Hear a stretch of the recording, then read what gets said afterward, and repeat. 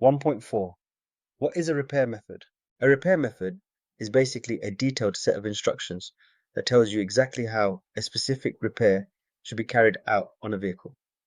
These methods come either directly from the vehicle manufacturer or from Thatcham Research, who specialize in testing and documenting repair processes for every make and model. Think of it as your official repair guide.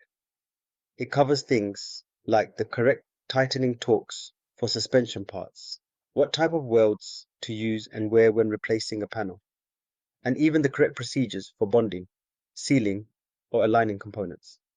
Thatcham literally stripped down vehicles piece by piece to study how they're built, then rebuild them while recording every step, every time, and every safety consideration.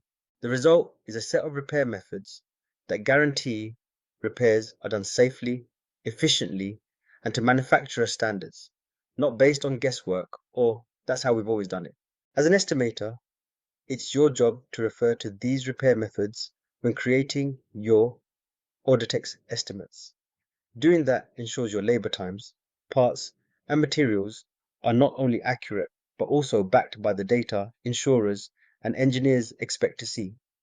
So, in short, repair methods are the rule book that keeps everyone working to the same high standard of safety and quality.